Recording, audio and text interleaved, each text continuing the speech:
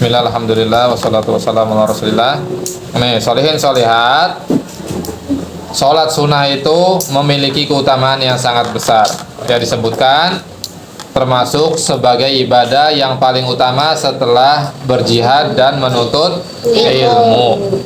Dalilnya adalah Nabi SAW bersabda, istaqimu walan tuhsu, istiqomahlah kalian dan kalian tidak akan bisa mencapai secara sempurna keistiqomahan. Ya, jadi seseorang sekeras apapun usahanya untuk bisa istiqomah, maka pasti dia akan tergelincir dan jatuh juga. Ya, itu sudah menjadi tabiat manusia. Karena manusia itu tidak mungkin hidupnya apa? Lurus terus, tidak mungkin. Benar terus, tidak mungkin. Ya, mungkin ada masa-masa kalian itu semangat ibadah, bener gak? Ada masa-masa kalian itu semangat menjalankan puasa, ada semangat menjalankan apa? Ya, menjalankan sedekah, terus menjalankan amal-amal yang lain, membaca Quran, menghafal Quran, lagi semangat-semangat. Tapi ada masa-masa di mana kalian apa? Lagi malas, ya, lagi futur dan seterusnya. Tapi tetap ya, jangan kemudian terlena dengan kemalasan dan kefuturan. Takutnya nanti malah menyeret kepada perkara-perkara yang diharamkan. Terus kata Nabi apa? Wa'lamu anna khaira amalikum as-shalah. Dan ketahuilah bahwa sebaik-baik amalan kalian adalah apa? Sholat. Jadi amalan yang terbaik ya, yang kalian kerjakan adalah sholat. Maka jangan sampai meremehkan dan meninggalkan sholat. Oke, perhatikan. Nah, jadi ini ya, sholat sunnah itu memiliki keutamaan yang luar biasa, yang sangat dahsyat sekali. Ya, kurang lebih di sini disebutkan ada berapa? Ada 7. Yang pertama, ya, termasuk ibadah yang memiliki keutamaan sholat sunnah ini. Ya, kemudian mendapatkan tambahan pahala ketika kita mengerjakan sholat sunnah. Kemudian dosa-dosa kita akan dihapuskan oleh Allah dan derajat kita akan ditinggikan. Kemudian kita akan mendapatkan cinta dari Allah Subhanahu wa taala. Masya Allah. Ya. Kemudian kita akan dibangunkan rumah di surga. Masya Allah. Kalian senang gak kalau misalkan ada orang yang memberikan rumah kepada kalian di dunia ini? Senang gak? Senang sekali, luar biasa. Nah, nanti di surga Allah Subhanahu wa taala akan berikan hadiah rumah bagi orang yang rajin melaksanakan sholat sunnah. Bayangkan kalau di dunia saja kita senang kalau ada yang ngasih rumah, apalagi kalau di surga. Tentu rumah di surga itu beda dengan rumah yang ada di dunia. Itu lebih baik lagi, lebih luar biasa indah, ya, lebih amazing lagi kalau rumah di dalam surga. Nah, kemudian apa? Menjadi penyempurna sholat wajib. Ya, sholat sunnah ini jadi pelengkapnya. Ya, kemudian menutupi, yang terakhir itu bisa menutupi kekurangan sholat wajib. Misalkan kita sholat wajib, tapi kadang-kadang kita mengerjakan sholat wajib tidak khusyuk, ya kan? Kadang mungkin ada kekurangan di sana sini ketika sholat wajib, maka sholat sunnah itu nanti akan menutupi kekurangan sholat wajib kita. Nah, ini ya dalil sabda dari Nabi Shallallahu Alaihi Wasallam. Ya, perhatikan. Kata Nabi SAW apa? Inna awwala ma yuhasabun nasu bihi yaumal qiyamah min a'malihim as-sholat. Jadi sesungguhnya yang pertama kali akan dihisab oleh Allah Subhanahu wa taala pada hari kiamat, ya, dari amalan-amalan manusia, apa yang dihisab adalah sholat. Jadi sholat pertama kali amalan yang akan dihisab oleh Allah Subhanahu wa taala. Jadi Allah Subhanahu wa taala itu memerintahkan malaikatnya untuk mengecek, ya, unzuru fi sholati abdi. Hei malaikat-malaikatku, lihat itu sholat hambaku ini. Nah, lihat, atammaha am naqasaha. Apakah dia bagus mengerjakan sholat wajib, atau dia banyak kekurangan di sholat wajibnya. Perhatikan, lihat mereka bagaimana, ya. Nah, fa in kana tamma kutibat lahu, ya, tamatan. Kalau ternyata telah sempurna dikerjakan sholat wajibnya, maka akan mendapat catatan yang sempurna. Wa in kana in taqasa minha syai'an tetapi ketika ternyata banyak kekurangan, banyak bolong-bolong di sholat wajibnya, kemudian kata Allah Subhanahu wa taala apa? Unzuru hali abdi min tatawwu. Coba lihat hambaku ini. Apakah dia punya amalan-amalan sholat sunnah? Fa in kana lahu tatawwu qala atimu li abdi faridatahu min tatawwuhi. Nah, kalau ternyata dia ada sholat-sholat sunnah yang pernah dia kerjakan, maka kata Allah, jadikan yang sunnah-sunnah itu untuk menyempurnakan apa yang bolong dari yang wajib-wajibnya. Ya, summa tukhadul amal ala dzakir. Kemudian amalan-amalannya akan dihisab yang lainnya. Jadi seseorang kalau dia berhasil ya di dalam sholatnya, maka insya Allah dia akan berhasil ya dengan amalan-amalan yang lainnya. Nah, sholat sunnah rawatib ya adalah sholat sunnah yang mengiringi sholat wajib yang 5 waktu. Nah, sholat sunnah rawatib ini adalah sholat sunnah yang sering dikerjakan oleh Nabi Shallallahu Alaihi Wasallam. Kalau dikerjakannya sebelum sholat wajib yang 5 waktu, maka disebutnya qobliyah. Nah, kalau dikerjakan setelahnya, maka disebutnya ba'diyah. Dan jumlahnya sholat sunnah rawatib ini ada berapa? 12 rakaat. Ya. Nah, dihafalin nih 12 rakaat. Ya. 4 rakaat sebelum zuhur dan 2 rakaat sesudahnya. Ya, jadi 4 rakaat ini 2 kali salam, 2 rakaat, 2 rakaat. Ya. Dan setelahnya, kalau zuhur 4 rakaat sebelumnya dan 2 rakaat sesudahnya. Berarti ada berapa sholat sunnah rawatib di zuhur? Ada 6. Semuanya ada 6 rakaat. 4 sebelum zuhur dan 2 setelah zuhur. Terus maghrib, setelahnya apa sebelumnya? Setelahnya 2 rakaat setelah maghrib, kemudian 2 rakaat setelah isya dan 2 rakaat sebelum subuh ya. Nah, di antara, jadi jumlahnya ada berapa rawatib? 12 rakaat. Nah, di antara 12 rakaat ini sholat sunnah rawatib, ada sholat sunnah rawatib yang sangat ditekankan sekali. Bahkan kalau kita lupa atau terluput meninggalkannya, maka kita boleh mengkodonya. Sholat sunnah apa?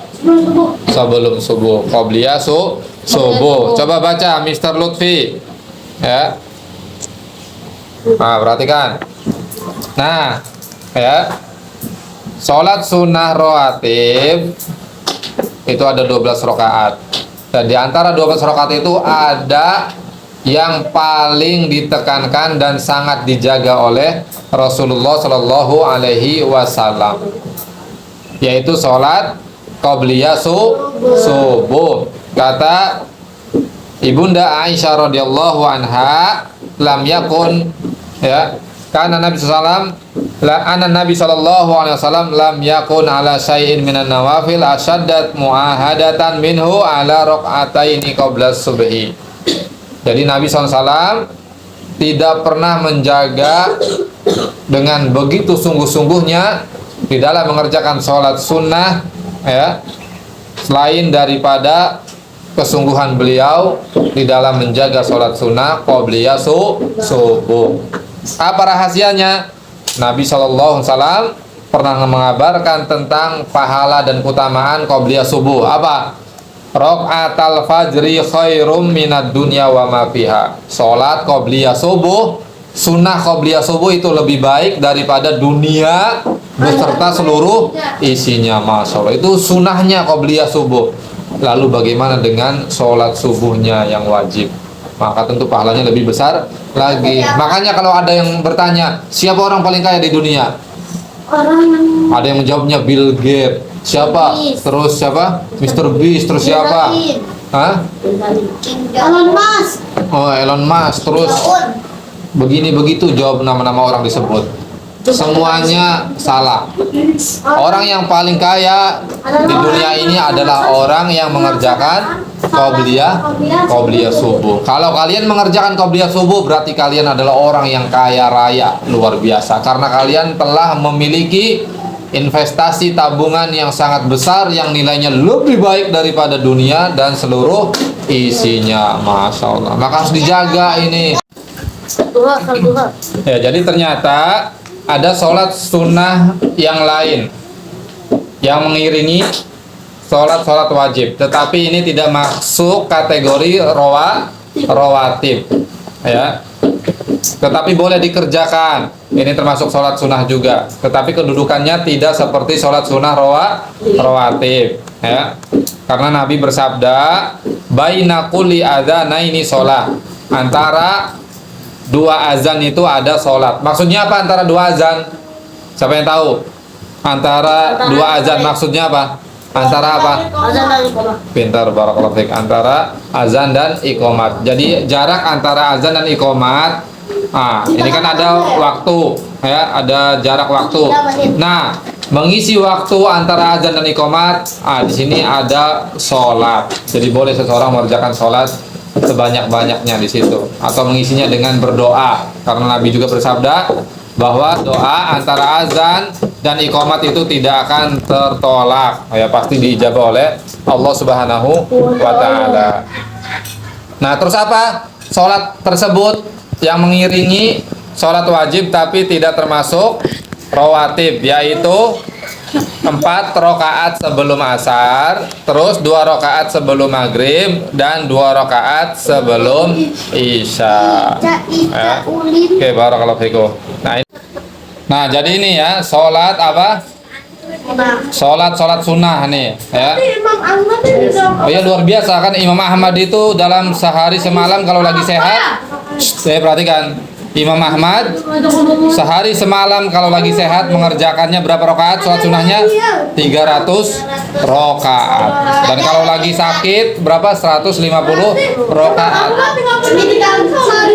Luar biasa. Oke, perhatikan. Nah, tapi ini yang kita ambil nih, ya. Ini bisa kita amalkan dalam satu hari yang kita lalui, ya.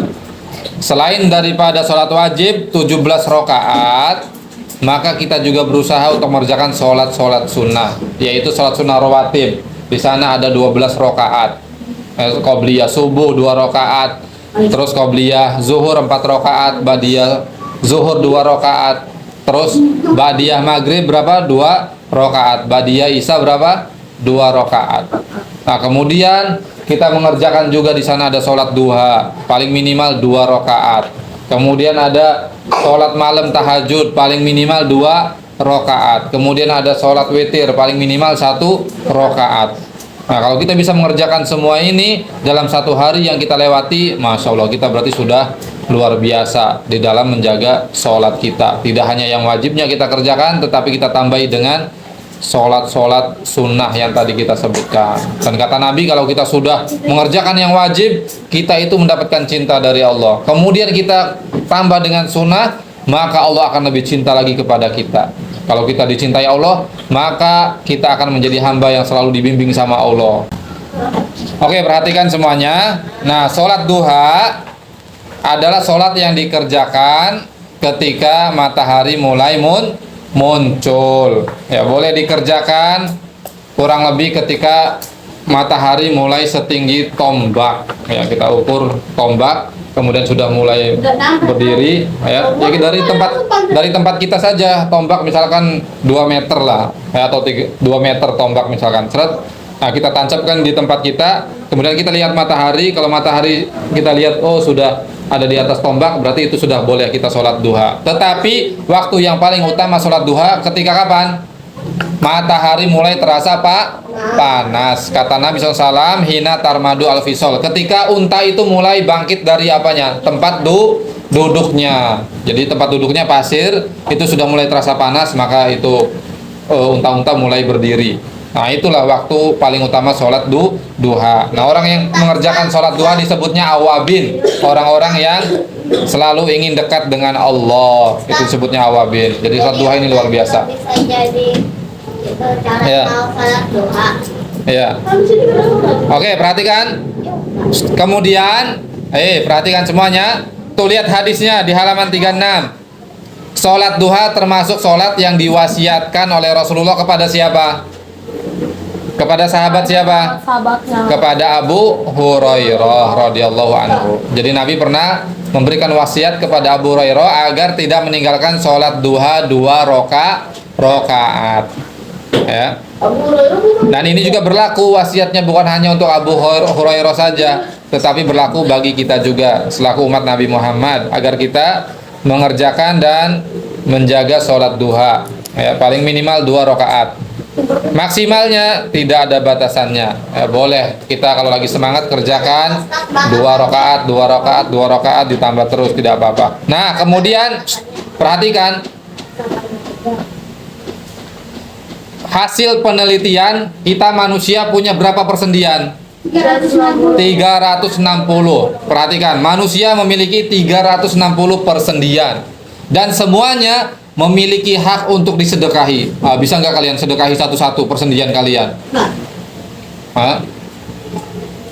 Tuh, kata Nabi SAW, setiap masuk waktu pagi, maka ada 360 persendian yang harus disedekahi. Bagaimana cara mensedekahinya? Kata Nabi, yaitu dengan bertasbih, dengan bertahmid, dengan bertahlil, bertakbir, kemudian dengan mengajak orang untuk berbuat baik, mencegah orang dari perbuatan yang tidak baik. Nah, itu semua sedekahnya. Tetapi kata Nabi, tapi kalau kalian sholat duha, maka itu sudah mencukupi sedekah 360 sendi. Subhanallah. Jadi kalau seseorang mengerjakan 2 rakaat duha, berarti dia sudah memenuhi hak 360 persendiannya untuk disedekahi, maka sudah tercukupi. Barakallahu fikum. Hah? 4 rakaat. Kalau 4 rakaat itu lebih hebat lagi berarti. Kalian berarti sedekahnya lebih banyak lagi. Bahkan kalau mengerjakannya 4 rakaat, sholat duhanya, maka mendapatkan jaminan dari Allah bahwa seseorang kalau mengerjakan sholat duha 4 rakaat, maka akan diberi kecukupan oleh Allah Subhanahu wa taala sampai dia melalui 1 hari itu. Subhanallah. Coba kalau kalian ada orang kaya memberi jaminan ke kalian, "Wais, kerjakan lari pagi dari Enis sampai rumah Uwais. Nanti Uwais aku kasih mobil Lamborghini." Kata orang kaya. Kira-kira dilakuin gak sama Uwais? Ya. Hah? Dilakuin pasti, semangat. Dari Enis sampai rumah Uwais, Lamborghini, dapat hadiahnya. Nah, ini bagaimana Allah yang menawarkan siapa yang sholat 4 rakaat sholat duha, maka kata Allah akan diberi kecukupan. Ya, pada 1 hari itu akan diberi kecukupan oleh Allah Subhanahu wa taala. Dan tentu kekayaan Allah lebih hebat lagi daripada orang-orang kaya yang ada di dunia. Oke, barakallahu fikum jami'an.